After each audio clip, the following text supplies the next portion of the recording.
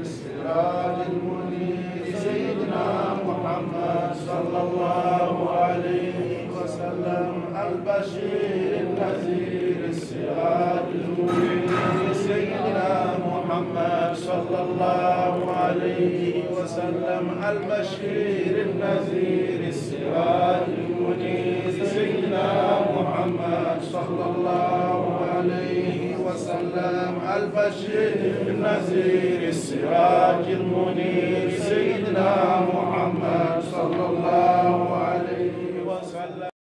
bandiraɓe tedduɓe heeɗiɓe assalamu aleykum wa rahmatullahi taala wa barakatuh. en bayninoma mbiɗen eɗen jaaha eɗen juuroyo seeremɓe meɗen en jeehi Allah walli en jeehi ha en jettima Mauritanie en jettima toon en tawi toon Cheikh Ba wiyete ko Mouhammad Abdallahi Fall ko tanum Seydina Ali ko alawiyankoɓe en tawriɓe teddengal ngal hono mum ala ɓe teddinimen ha no fewi kono en ji e mabɓe ko hawni mi tawi toon lewru mawludu ndu gonɗen e munde so mawludu o darima gila go'o mawludu ha mawludu maaya ñande fof ko weltorade nelaɗo Allah sallllahu alayhi wa sallam. enen ganduɗen wurtinde mawludu ko jamma goto kamɓe ko jamma fof lewru ndu gila nde ndu dari nde ha ndu maaya ñande fof ko weltorade nelaɗo Allah sallllahu alayhi wa alihi wa sallam. on daɗi Mauritanie fof gandal caggal ɗum ɗon en immima ɗon en jeeyi to ceerno Madane Tall ko tanum Cheikh Oumar Al Fouti radiallahu taala anhu kañum ne weltima ha no fewi ene salmina mon ene juuro men ene du'o ene welti ha no fewi mi yewtanimo batu meɗen ko jangaten Sahihul Bukhari ko o wi ko ɗum ɗo woni ko yinno gila ko ɓooyi o haalaninomi ɗum ɗon kanko ceerno Madane o wiya immoto jettoɗa yimɓeɓe woto joñoto gonɗa to sa jonima to gonɗa to wala hay goto andatama a yaltan jettoɗa yimɓeɓe kadi a yalti a yeehi jama Abal Qasim Kane yimɓe fof ene gandi Abal Qasim Kane o wi ɗum ko hunde moƴƴere ha no fewi omo duwonomon omo nelda mon duwawu caggal ɗum ɗon en immima ɗon en jeeyi to ceerno men ceerno Mouhammad Samasa ene salmina mon onon fof ene juuro mon onon fof o weltima kaddi weltare kadi o andini men e ceerno Abal ko en gandano o wi kanko e ceerno Abal Qasim jangguidi kaayi kamɓe jangi duɗal ceerno Oumar Guijilon o wi duɗal ngal fof koɓe jangoɓe almuɓe ɓe fof ko jangoɓe kono ceerno Abal ne wonduno e jikku goto ko e makko tan woni almuɓe ɓe jama daɗatamo gila ko cukalel o wi omo janga kadi jama daɗatamo ɗum ɗon ko settogol neɗɗo mo wurdi e nokku goto mo waldanno nder suudu woturu setti wonde jama daɗatanomo ɗum ɗon noon eɗen jetta Allah ha no fewi en gandi e ceernajo o ko en gandano gati hewɓe puɗɗoto rewde Allah ko nde mawni kono kanko hunde nde fuɗɗi e makko gila ko cukalel gila ko suka nden noon settini hadisaji ɗiɗi annabi hadis gadano o annabi wi iza ra'aytumu rajula son ji gorko ya'tadul masajida ene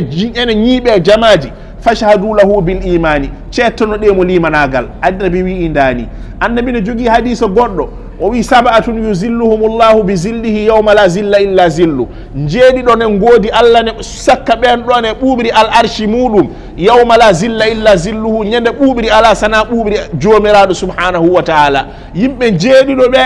ɗiɗo ene hen sifaji mum tawama e makko kanko ceerno Abal Qasim hafizahullahu taala sifa gadano o annabi haali e yimɓe jeeɗuɗo ɓe shabun nasha fi ta'atillahi suka mo ganduɗa gila ene famɗi ko Allah tan welata ɗum mawni ko e dewal Allah nden noon on jikku heɓama e ceernajo men o jikku ɗiɗaɓo kadi mo annabi haali en jeeɗiɗo joɗotoɓe e arshi yawmal qiyamati ɓe ene jeeya e mabɓe rajulun gorko mo ganduɗa qalbuhu ɓernde muɗum muallaqun bil masajid yowiti ko e jamaji iza kharaja minha hatta yarji ilayha so yalti jama welata ɗum tan ko yo arte jama nden noon en jetti Allah ha no fewi ɗiɗo sifaji ɗiɗi fof kawri e ceernajo o nden noon on so mahanama jama en jangi hen Sahihul Bukhari wona hunde hawnide ko Allah yoftimo moƴƴere makko liggademo e ligganademo diine Allah subhanahu wa taala mi haalana moon fayida goto kanko narrumi ceerno Abal Qasim o wi o narri ceerno Oumar Kane wi sa yalti galle ma aɗa yaha jama holko du'otoɗa mbiyata ko allazi khalaqani fahuwa yahdini wallazi huwa yud'imuni wa yasqini wa iza maridtu فهو يشفيني والذي يميتني ثم يحييني والذي أطمع أن يغفر لي خطيئتي يوم الدين رب هب لي حكما والحقني بالصالحين واجعل لي لسان صدق في الآخرين واجعلني من ورثة جنة النعيم واغفر لي ولأبوي واغفر ما والأنبياء واغفر لي ولوالدي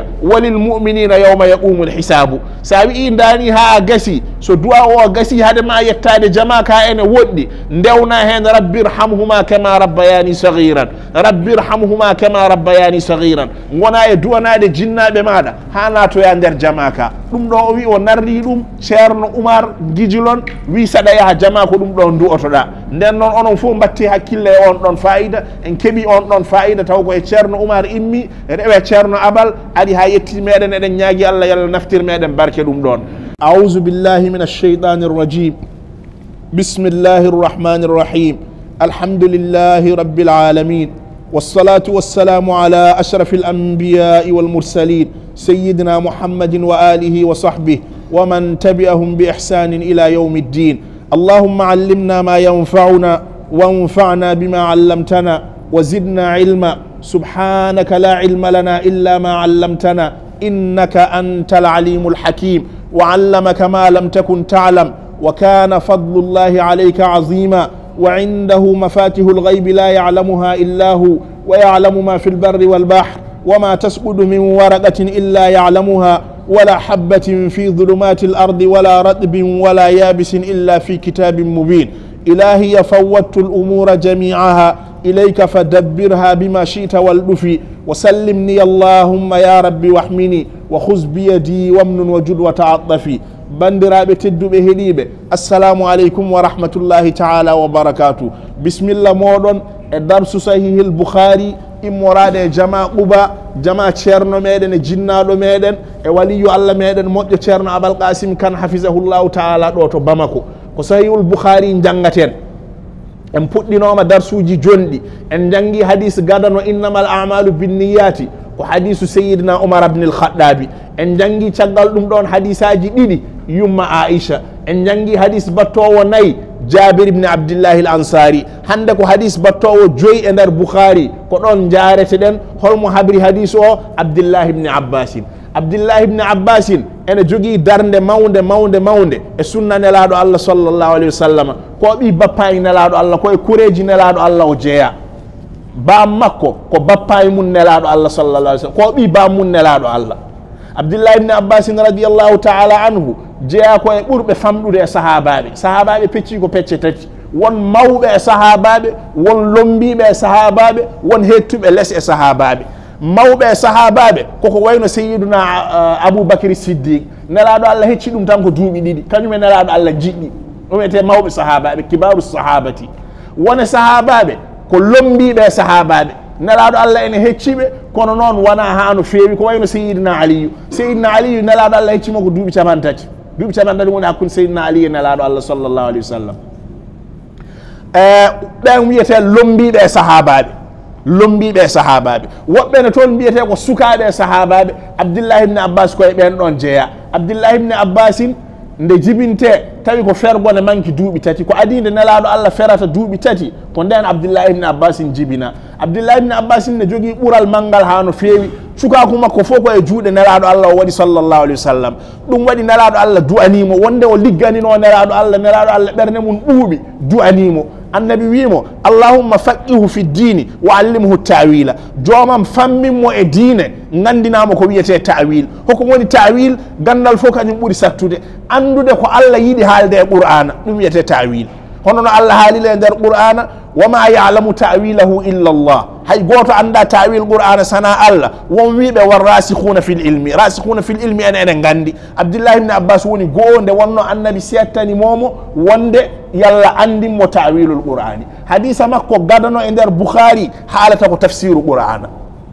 Abdullah ibn Abbasin hadis makko gadano e nder Bukhari haalata ko tafsirul qur'ana mbiɗen Abdullah ibn Abbasin ene jogui darde mawde e nder sunna nde wonno jeeɗiɗo ɓe mbiɗen ene ɓuuri hewde ko kabri ga nelaɗo Allah sallallahu alayhi wa sallam e hadisaji omo jeeya e mabɓe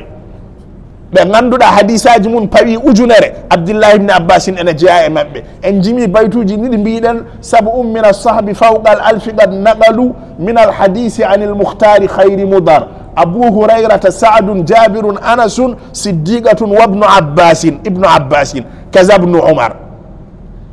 ɓeɗo jeeɗiɗo abdullah ibne abbasin koye maɓɓe jeeya holko abdullah ibne abbas wi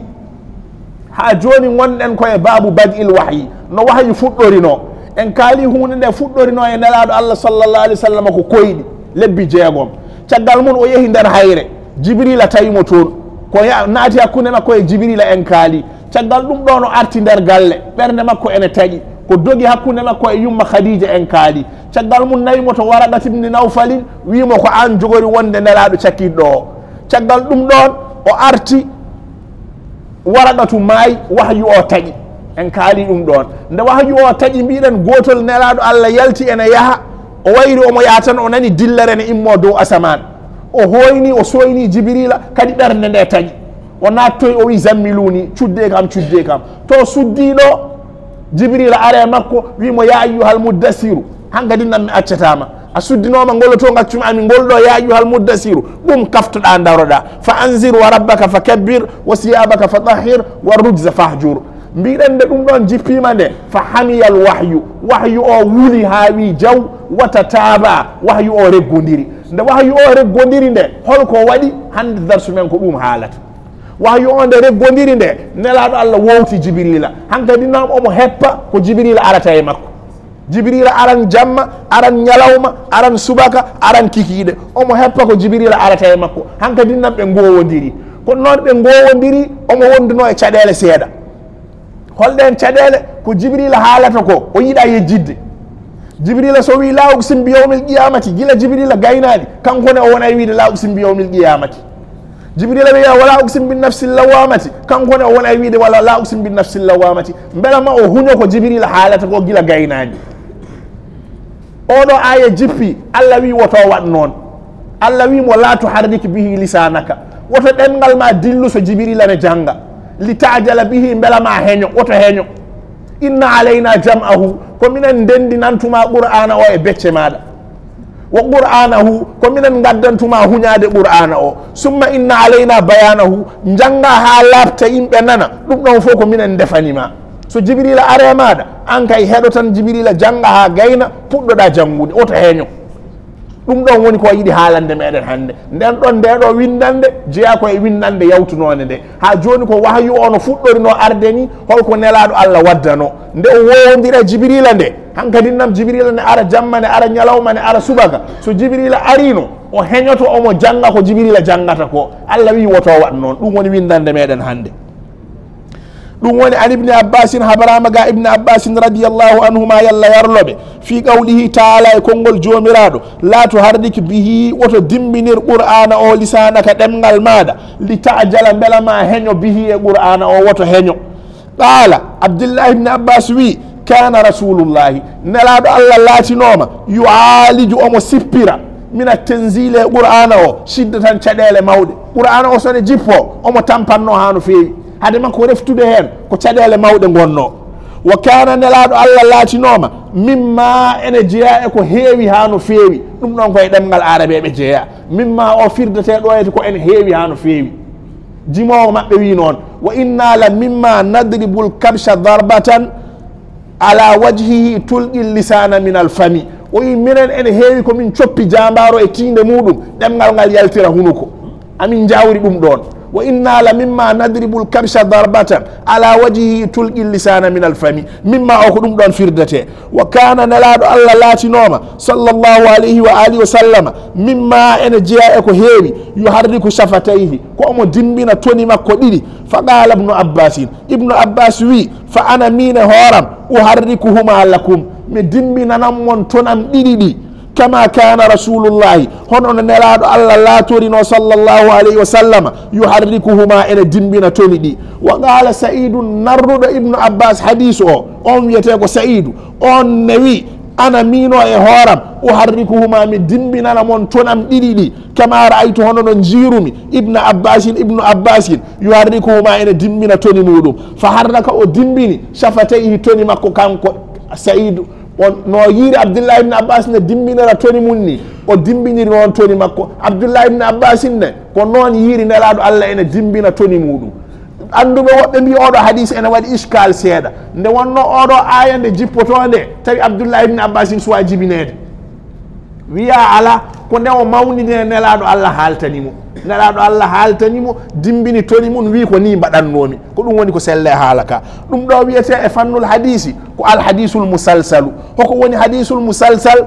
kaala hadis nelaɗo Allah ha gayna ko adide kalata hadis o gadda konngol ma walla gadda gollal, gollal ngal gadduɗa ngal sindodira e hadis he, konngol ngol kalɗa ngol sindodira e hadis he. hadis goɗɗo ene toon ne wiya ya Muaz ibn Jabalin inni uhibbuka fillahi, annabi wi ya Muaz ibn Jabalin inni uhibbuka fillahi fala tansa an taqula dubura kulli salatin allahumma a'inni ala zikrika wa shukrika wa husni ibadatika. ya Muaz ibn Jabalin inni uhibbuka fillahi o kala jangino hadis o wiyan almudo muɗum o inni uhibbuka fillahi, ɗum woni lafzu o wondi e hadis o, ɗum woni qawlu wonda e hadis o. ma walla nelaɗo Allah haali oɗo hadis ha o gayni, nde o haali gayni hadis nde o moosi kanko nelaɗo Allah sallllahu alayhi wa sallam,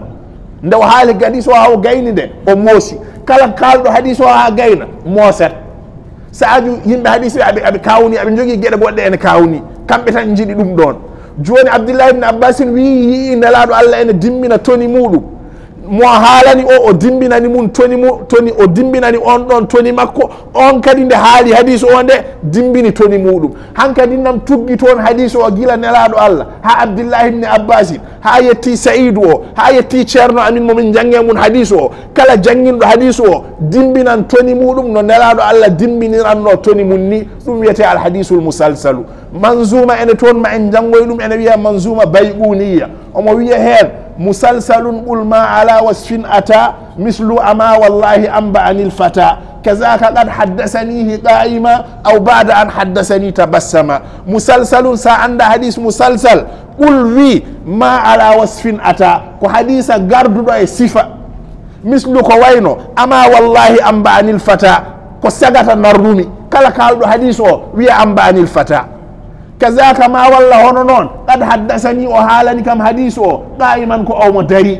aw ba'da an haddasani ma walla caggal nde o haalanimi hadis o ha o gayni tabassama o moosi, ɗum wiyete hadisul musalsalu. nden noon joni onon fo o darantonam no jiirumi ceernam ne dimbinira toni mum ni, onon ne jiiron noon, onon ne son kabiri hadis o dimbinoron noon toni moɗon. holno ko waɗi kanko Cheikh Moustapha Nadawi o wi o yiiri ceerno makko, on ne yiiri ceerno mum ha yettoyi nelaɗo Allah sallllahu alih wa sallam, nelaɗo Allah ko ni dimbiniranno toni muɗum, ni toni ɗi dimmiranno. on paami? eywa moƴƴi. fa anzala llahu Allah jippini o wi ana uharrikuhuma mbeɗi dimbina toni ɗi kama ra'aytu ibna abbasin hono no jiirumi ibnu abbasin yuharrikuhuma ene dimbina toni ɗi. fa harraka shafatayhi o dimbini toni makko. fa anzala llahu azza wa jalla. ɗum ɗo ko yidde hadis, ko gilli hadis o addi ɗum ɗo, wona o haali tan ɓe nani, ala ko nde o haali nde holko o waɗi. ɗum woni jimowo goto wi lam as'a fi talabil hadisi li sum'atin aw lijtimai qadimihi wa hadisihi lakin idha fata al muhibba liqa'u man yahwa ta'allala bistimai hadisihi. lam asa o wi min mi tinnaki fi talabil hadisi e ɗaɓɓude gandal hadis li sum'atin bela ma nane, aw lijtimai ma walla mi rendina qadimihi ko hiɗɗi hen wa hadisihi e ko hesɗi hen. lakin kono noon hoko rerɗinimi e hadis nelaɗo Allah waɗino dani mi waɗa dani ko gilli tan woni ɗon. isa fatal muhibba liqa'u man yahwa, mo jiɗɗa o sa hawridde e makko so daɗima ta allala toggitortoɗa beltortoɗa bistima e hadisi ko hettade hadisaji makko e golle ɗe o waɗno golla hono ɗen ɗon gelle. lam as'a fi talabil hadisi li sum'atin aw lijtimai qadimihi wa hadisihi lakin idha fata al muhibba liqa'u man yahwa ta'allala bistimai hadisihi. fa harraka o dimbini shafatayhi toni makko ɗiɗi. fa anzala allahu Allah jippini azza wa jalla tedduɗo mawnuɗo o. Allah wi la tuharrik bihi lisanaka, woto dimbinir ɗum ɗemgal maɗa li tajala bihi beela ma heño ɗum woto woƴe. inna alayna ko minen Allah defi jam'ahu rendinde qur'anahu e becce maɗa wa qur'anahu janga ɗum e ɗemgal maɗa, ɗum ɗon ko minen defi wona an.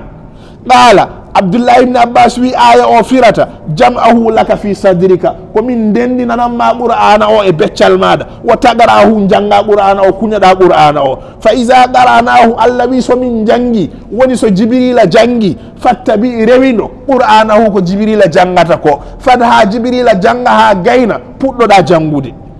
qala abdullah ibn abbas wi aya o firata ko fastami hetto lahu wonande jibrila wa ansif deƴƴinoɗa an kay hetto tan deƴƴinoɗa summa inna alayna ko minen allah defi bayanahu lartinde hunde nde ko minen allah lartinta hunde nde janga yimɓe nana summa inna alayna ko minen allah defi an tagara hunde jangata yimɓe nana fa kana rasulullahi nelaɗo allah latinoma sallllahu alayhi wa sallam nden nde o wiyama dani bada zalika caggal ɗum ɗon isa atahu jibrila so jibrilu are makko isa atahu jibrilu so jibrilu are makko istama o heɗoto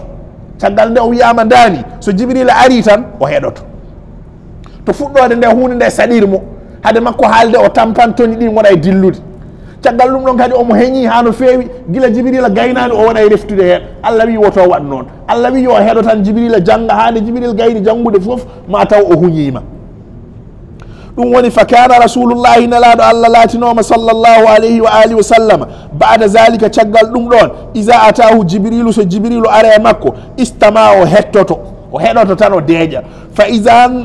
ɗalaga jibrilu so jibril gayni ha yo gasi jibril yeehi qara'ahu nabiyu annabi janga ko jibril haalno ko foof kama qara'ahu hono no jibril jangiri ni windande meɗen hande ko ɗon haɗata wa sallllahu wa sallama wa baraka ala sayidina muhammadin wa alihi wa sahbihi ajmain anga siga kam bamana kana an ibni abbasin waya wala filika bo ibni abbasin ma radiyallahu anhuma alaka jenga bu flabema fi qawlihi ta'ala allahu ta'ala ka kuma kan korotalena ala mun ko la tuharrik bihi ikana lamagali kenai lisanaka inena litajala bihi wala sayga teliyanai qala abdullah ibn abbas ko kana rasulullahi ala kirakun kera sallallahu alayhi wa alihi wa sallam ala ka nemani kishi jidaka yu'aliju akume senge kosobe mina tanzili qur'ane jigitola shiddatan gelaya kumba soro jana ka kala akume senge kosobe wa kana ala kirakun kera mimma shi chama yuharriku shafatayhi aba dawlo fulala maga faqala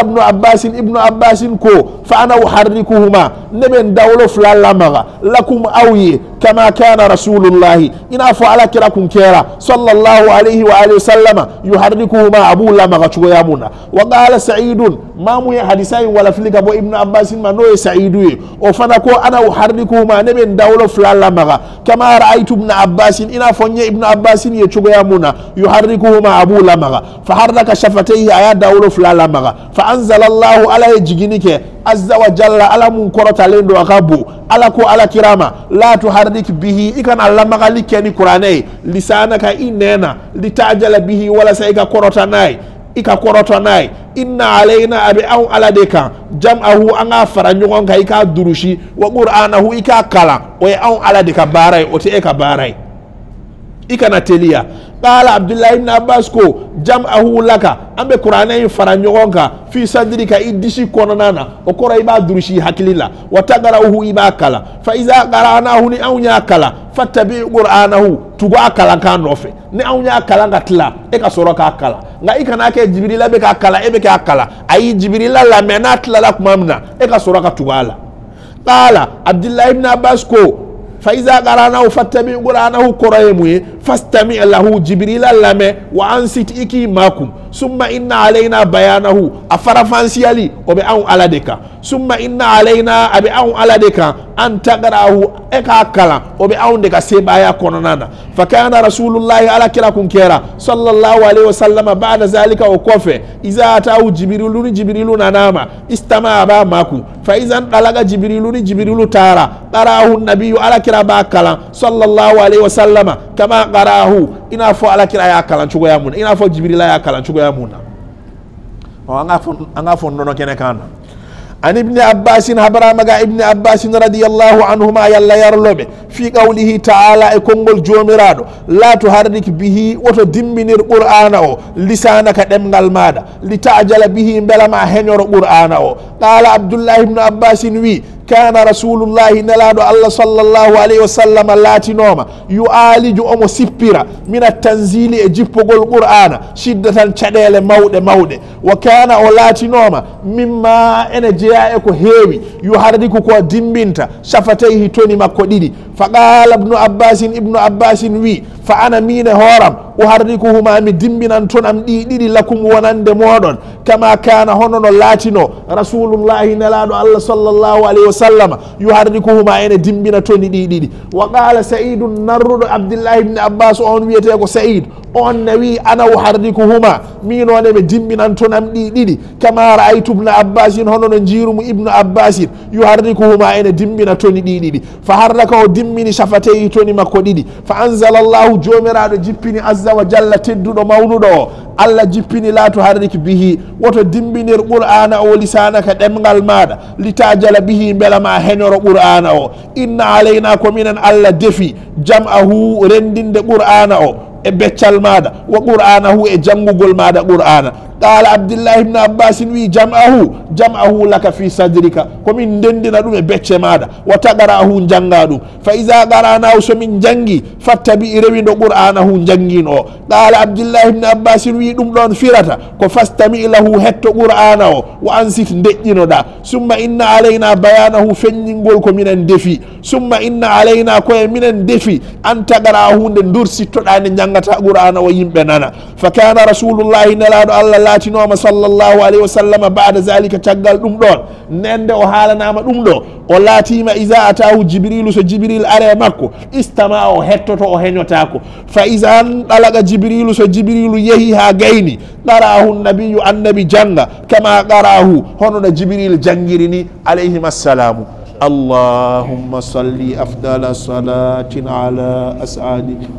قاتك سيدنا محمد وعلى آله وصحبه وسلم عدد معلوماتك ومداد كلماتك كلما ذكرك الذاكرون وغفل عن ذكره الغافلون اللهم صل أفضل صلاة على أسعد مخلوقاتك سيدنا محمد على آله وصحبه وسلم عدد معلوماتك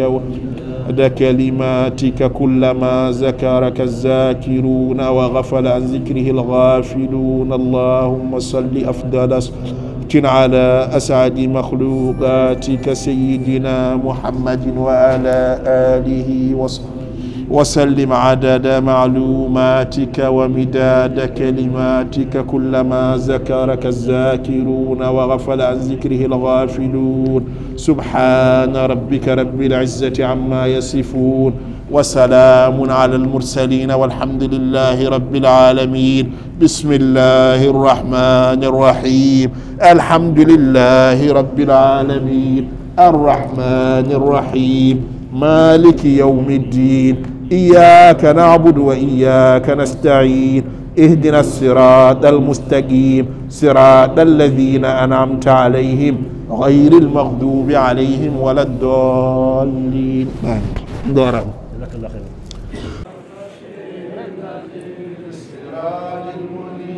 سيدنا محمد صلى الله عليه وسلم البشير النذير السراج المنير سيدنا محمد صلى الله عليه وسلم البشير النذير السراج المنير سيدنا محمد صلى الله عليه وسلم البشير النذير السراج المنير سيدنا محمد صلى الله